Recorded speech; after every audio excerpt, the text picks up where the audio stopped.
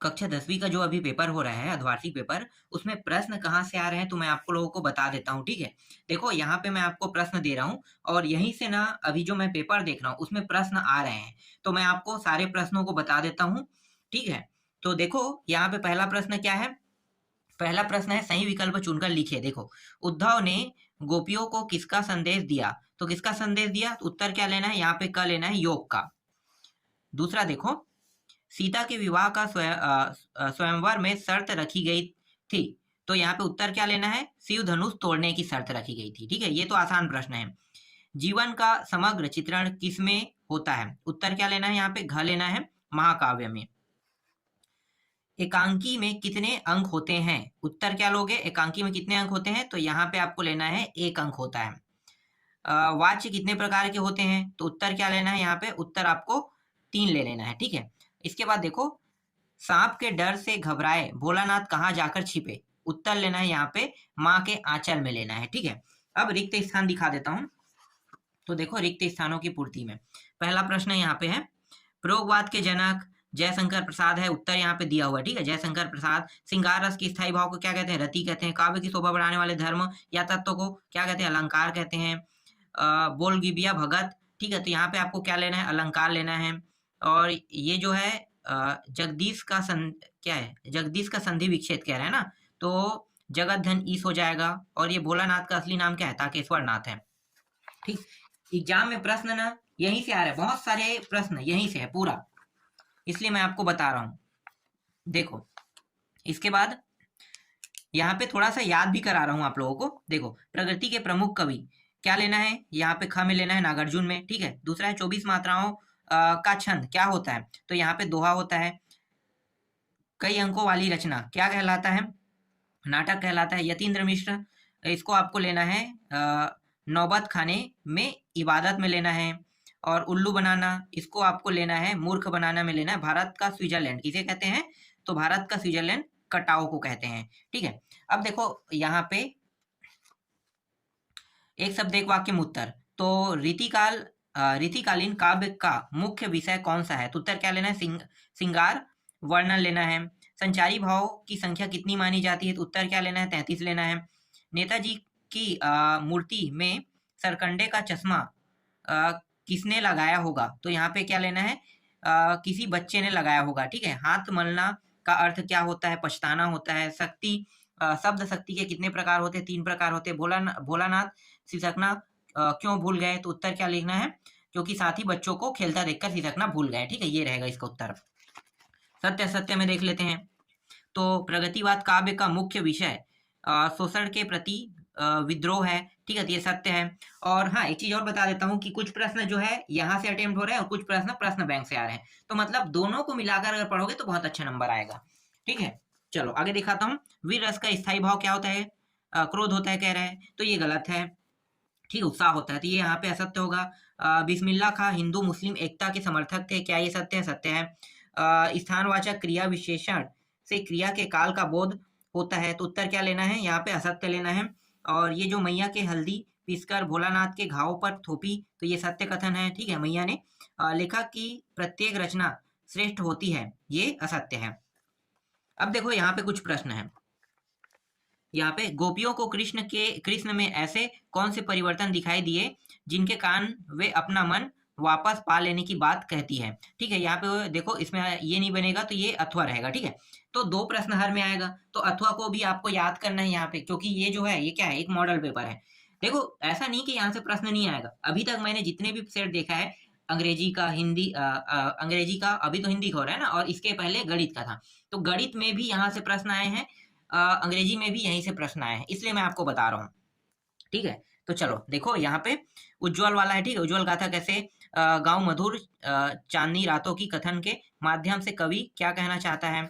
इसी तरह से साहस और शक्ति के माध्यम से विनम्रता हो तो बेहतर है, इस कथन पर अपने विचार लिखिए कह रहा है, ठीक है। ये सब आपको मिल जाएगा, प्रश्नों के उत्तर जो है कहाँ पे मिलेगा, परीक्षा अध्ययन में देखना, ठीक है। नहीं है तो ये प्रश्न बैंक में भी मिल जाएगा, ठीक है।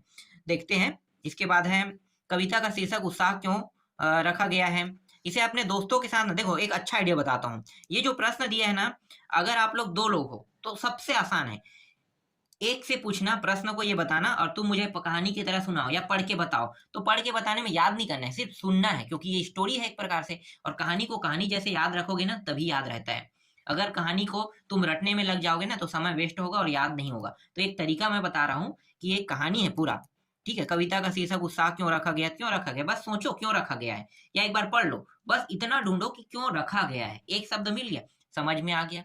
बाकी चीज क्या होगा, उसके एक टाइप है, उसको बीच में आप भर सकते हो। ठीक है, तो एक तरीका यही है कि आप इसे कहानी की तरह सोचो और कहानी की तरह इसे अपने माइंड में रखो, तभी इसका प्रश्न, मतलब जो भी प्रश्न है इसका उत्तर बन पाएगा। रीतिकाल की प्रमुख दो विशेषताएं, अब ये विशेषताएं कह रहे हैं तो इसको रटना पड़ेगा। ठीक है, विशेषताओं को रटना पड़ता है। कहानी को आप याद रखो, मतलब रटने की जरूरत नहीं कहानी को। अगला है प्रगतिवाद की दो विशेषताएं, देख लो यही सब प्रश्न आएगा एग्जाम में। आगे दिखाता हूँ, ये है सूरदास अथवा नागार्जुन की काव्यगत विशेषताएं निम्नांकित बिंदुओं पर लिखे। दो रचनाएं, दो भाव पक्ष विशेषताएं। महाकाव्य किसे कहते हैं, हिंदी के दो महाकाव्यों के नाम लिखे। वीर रस की परिभाषा लिखते हुए एक उदाहरण दीजिए। इसी तरह से दोहा छंद की परिभाषा उदाहरण से लिखे। अतिशयोक्ति अलंकार की परिभाषा उदाहरण से लिखे। कहानी और उपन्यास में कोई दो अंतर लिखे। ठीक है, यह आसान आसान प्रश्न। आत्मकथा की परिभाषा लिखे तथा एक प्रसिद्ध आत्मकथा का नाम लिखे। सेनानी ने न होते हुए भी चश्मे वाले को लोग कैप्टन क्यों कहते हैं। ठीक है, आगे देखो, बिस्मिल्लाह खां को शहनाई की मंगल ध्वनि का नाटक नायक नायक क्यों कहा जाता है। ठीक है, भगत ने अपने बेटे की मृत्यु पर अपनी भावनाएं किस तरह व्यक्त की है। आगे देखो, इसके बाद है मनुष्य के जीवन में आस पड़ोस का बहुत महत्व होता है, परंतु महानगरों में रहने वाले लोगों प्रायः पड़ोस कल्चर से वंचित रह जाते हैं। इस बारे में अपने विचार लिखिए, कह रहा है। ठीक है, इसके बाद देखो, स्वयं प्रकाश और मन्नू भंडारी की साहित्य परिचय निम्नलिखित बिंदुओं पर लिखे गए। दो रचना, दो भाषा शैली, ये तो आएगा ही ना। ठीक है, निम्नलिखित के संधि विच्छेद कह रहा है, देवालय और वगीस का कह रहा है, बहुत आसान है ये। और यहाँ पे देखो वाच्य भी आएगा, कर्मवाच्य भाववाच्य में चेंज करने के लिए। ठीक है, पूरा सेम टू सेम आएगा, ऐसी पैटर्न में आएगा। एक तो प्रश्न के टाइप यही रहेगा और उठा के भी दे देगा, हो सकता है तो यही सारे प्रश्नों को उठा के दे दे। बहुत सारा तो अटेम्प्ट होगा, क्योंकि पिछले जो सेट मैंने देखा है उसमें तो आया है भाई। तो यहाँ पे देखो, 17 माता का अंचल पाठ में बच्चों की दुनिया रची गई है, वह आपके बचपन की दुनिया से किस तरह भिन्न है। ठीक है, कभी श्वेत तो कभी रंगीन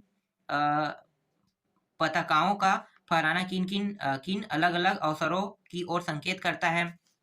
इसके बाद देखो यहाँ पे दो दिया हुआ। ठीक है, ये है इसका संदर्भ प्रसंग बताना है दोनों का। उज्ज्वल गाथा कैसे जगाऊं, और ये है हमारे हरिल की लकड़ी। और इसके बाद 19वां में देखो, ये गद्यांश है, गद्यांश तो बन जाता है। ठीक है, गद्यांश का इसका भी प्रसंग और सप्रसंग और व्याख्या बताना है। और जो यहाँ पे क्या, 75 शब्दों में राष्ट्रीय एकता, मेरा मेरा विद्यालय और महंगाई समस्या पर क्या लिखना है, एक विषय पर लेख लिखना है। ठीक है, अनुच्छेद है मान लो।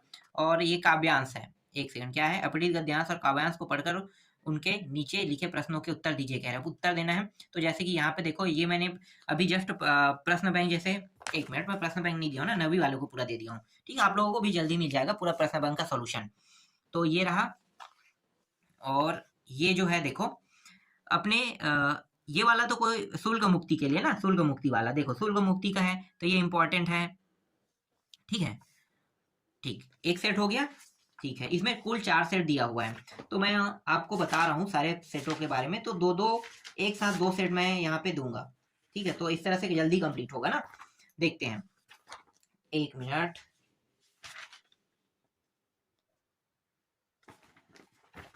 देखो यहाँ पे, ठीक है, रीति काव्य की प्रमुख विशेषताएं क्या है, तो श्रृंगार वर्णन होता है। आत्मकथ्य के कवि क्या है, जयशंकर प्रसाद है।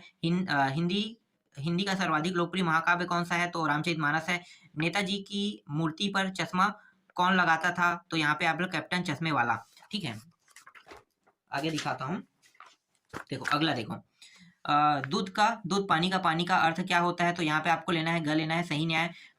साना साना हाथ जोड़िए रचना किसकी है, तो यहाँ पे आपको लेना है ग, मधु काकरिया की है। ठीक है, इसके बाद देखो यहाँ पे बिहारी खालिस्तान के प्रमुख कवि में से एक है, तो यहाँ पे रीतिकाल लेना है। कामयानी एक खालिस्तान है तो महाकाव्य है, जिसके कारण स्थायी भाव जागृत होता है वह खालिस्तान कहलाता है, आलम्बन कहलाता है। बिस्मिल्लाह खां खालिस्तान मंदिर में रोजाना शहनाई बजाते थे? तो यहाँ पे आपको उत्तर लेना है बालाजी। ठीक है, अर्थ के आधार पर का वाक्य खालिस्तान प्रकार के होते हैं, 8 प्रकार के होते हैं। ड्राइवर कम गाइड का नाम क्या है? जितेन नारगे है। ठीक है, आगे देखते हैं हम। यहाँ पे देखो कौशिक, कौशिक को आपको लेना है, यहाँ पे ख में लेना है विश्वामित्र। ठीक है, इसकी काव्य की आत्मा, काव्य की आत्मा यहाँ पे लेना है रस लेना है, रस को कहते हैं। बाल गोविंद भगत, इसको आपको लेना है घ में लेना है, कबीरपंथी में लेना है। मनु भंडारी ने साहित्य की रुचि पैदा की, इसको आपको उत्तर में लेना है ग में लेना है शीला अग्रवाल। और क्रियाकर्ता के अनुसार, तो इसको आपको च में लेना है, कर्तृवाच्य में लेना है। धर्मचक्र घुमाने से, तो इसको आपको लेना ग में पाप धुलते हैं। ठीक है, इसमें लेना है। इसके बाद देखो एक वाक्य एक शब्द में उत्तर देख लेते हैं। तो यहाँ पे क्या आ जाएगा? सीता स्वयंवर में राम लक्ष्मण किसके साथ आए थे? तो विश्वामित्र के साथ आए थे। स्थायी भाव को जगाने वाले तथा उद्दीप्त करने वाले कारण क्या कहलाते हैं? तो विभाव कहलाते हैं। एक कहानी यह भी है कि रचनाकार कौन है? तो यहाँ पे लेना मन्नू भंडारी लेना है। मेरे द्वारा पुस्तक पढ़ी जा रही है में कौन सा वाच्य है? तो यहाँ पे कर्मवाच्य लेना है। हाँ, इसके बाद है यथाशक्ति में कौन सा समास है? तो अव्ययीभाव समास है। और अज्ञे ने जापान में हुए बम विस्फोट पर कौन सी कविता लिखी? तो हिरोशिमा नाम की जो है कविता लिखी थी। ठीक है, आगे देखो सत्य असत्य में देखो, श्री कृष्ण ने गोपियों को समझाने उद्धव को भेजा था, ये सत्य है। दोहा वर्णिक छंद है, यह सत्य है। बहस करना लेखिका मन्नू भंडारी के पिता जी का सगल था, तो ये सत्य है। सप्तद्वीप में कर्मधारक समास होते हैं, ये असत्य है। और हिरोशिमा कविता पर हिरोशिमा में हुए विस्फोट का प्रभाव है अभी भी है, मतलब हाँ ये सत्य है। मूसन तिवारी को भोलानाथ ने चिढ़ाना शुरू किया था, ये असत्य है। ठीक है, अब देखो जो प्रश्न 2-2 नंबर में आएंगे उन प्रश्नों को मैं दिखा देता हूँ। ठीक है, संभावना यही सब प्रश्न अटेम्प्ट होंगे। देखो गोपियों द्वारा उद्धव को भाग्यवान कहने में क्या व्यंग निहित है? ठीक है, कवि की आंख फाल्गुन की सुंदरता से क्यों नहीं हट रही है? ठीक है, आत्मकथा कविता के माध्यम से प्रसाद जी के कवित्व की जो झलक मिलती है उसे अपने शब्दों में लिखिए, कह रहा है। परशुराम के क्रोध करने पर लक्ष्मण ने धनुष टूट जाने के लिए कौन कौन से तर्क दिए? ठीक है, रीतिकाल के 2 कवियों के नाम और उसकी एक एक रचना लिखे, कह रहा है। 2 प्रगतिवाद कवियों के नाम तथा उनकी एक एक रचना का नाम लिखे, कह रहा है। सूर्यकांत त्रिपाठी और यहाँ पे मंगलेश्वर डबराल की काव्य विशेषताएं निम्नलिखित बिंदुओं पर लिखिए, कह रहा है। तो 2 रचना है और काव्य विशेषता लिखना है। ठीक है, खंड काव्य की परिभाषा लिखते हुए खंड काव्य के नाम भी बताइए। स्थायी भाव और संचारी भाव में अंतर, छंद किसे कहते हैं, इसके कितने प्रकार होते हैं? ये सब प्रश्न जो अभी मैं बता रहा हूँ, ये प्रश्न आपको देखने को मिलेगा ही मिलेगा। ठीक है, ये इंपॉर्टेंट है। जैसे कि स्थायी भाव, छंद किसे कहते हैं, ये प्रश्न देखने को मिलेगा। खंड काव्य देखने को मिलेगा ही मिलेगा। इसके बाद है ये पुनरुक्ति, प्रकाश, अलंकार की परिभाषा उदाहरण सहित। ठीक है, नाटक और एकांकी के 2 अंतर कह रहा है। कहानी किसे कहते हैं? 2 कहानीकारों के नाम लिखे।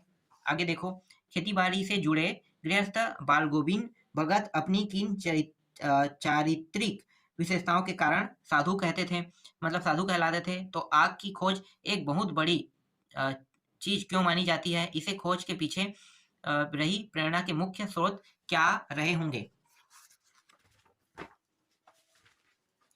इसके बाद देखो 14वां प्रश्न, लेखिका मन्नू भंडारी के व्यक्तित्व के बारे में पूछ रहे हैं ना, किन आवश्यकताओं की पूर्ति के लिए सुई धागे का आविष्कार हुआ है? ठीक है, ये आगे देखो यशपाल और भरत आनंद कौशल्यावन का साहित्यिक परिचय निम्नलिखित बिंदुओं पर लिखे, कह रहा है। 2 रचनाएं, भाषा शैली।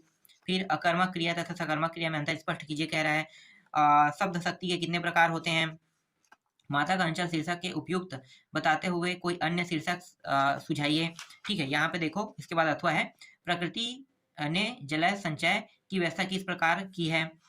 और ये जो है निम्नलिखित के संदर्भ प्रसंग सहित भावार्थ लिखे गए हैं, ये दोनों देख सकते हो। ठीक है, निम्नलिखित गद्यांशों में से किसी एक की संदर्भ प्रसंग सहित व्याख्या कीजिए, कह रहा है। तो यहाँ पे 2 है, इनमें से एक को आपको बनाने के लिए कहेगा। ठीक है, इस प्रकार से 20वां दिखाता हूँ, निम्नलिखित में से किसी एक विषय पर संवाद लिखिए। तो दीपावली है मेरे प्रिय, कंप्यूटर का उपयोग है, संवाद कह रहे, एक प्रकार से संवाद मतलब निबंध ही है समझो कि, लेकिन छोटे से लिखना है, 75 शब्दों में बता सकते हो। ठीक है, 21वां देखो, निम्नलिखित अपठित गद्यांश काव्य को पढ़कर उसके नीचे लिखे प्रश्नों के उत्तर दीजिए, कह रहा है। ठीक है, तो यहाँ पे देखो कुछ प्रश्न है, उसके उत्तर देना है। और यहाँ पे देखो क्या दिया हुआ है, ये काव्यांश है, ठीक है, काव्यांश भी दिया हुआ है। और यहाँ पे देखो निबंध बोल रहा हूँ, यहाँ पे ट्रांसफर सर्टिफिकेट का आवेदन पत्र है, ठीक है। और निबंध जो है वो दहेज प्रथा विज्ञान की देन, मतलब विज्ञान का चमत्कार जो कहते हैं ना, वही विज्ञान की देन होता है। तो इन टॉपिकों पे निबंध के लिए आ रहा है, ठीक है। तो ये प्रदूषण समाचार है। तो अभी मैं आपको इतने प्रश्न बता रहा हूँ, ठीक है। दूसरे को मैं मतलब जो 2 टॉपिक और रहेगा उसको मैं नेक्स्ट वीडियो में बता दूंगा, और सारे प्रश्न बैंक के प्रश्नों का उत्तर भी आपको जल्द से जल्द मिल जाएगा। तो प्रश्न बैंक में जितने भी प्रश्न बताया जाएगा उन सभी को आपको पढ़ के जाना है।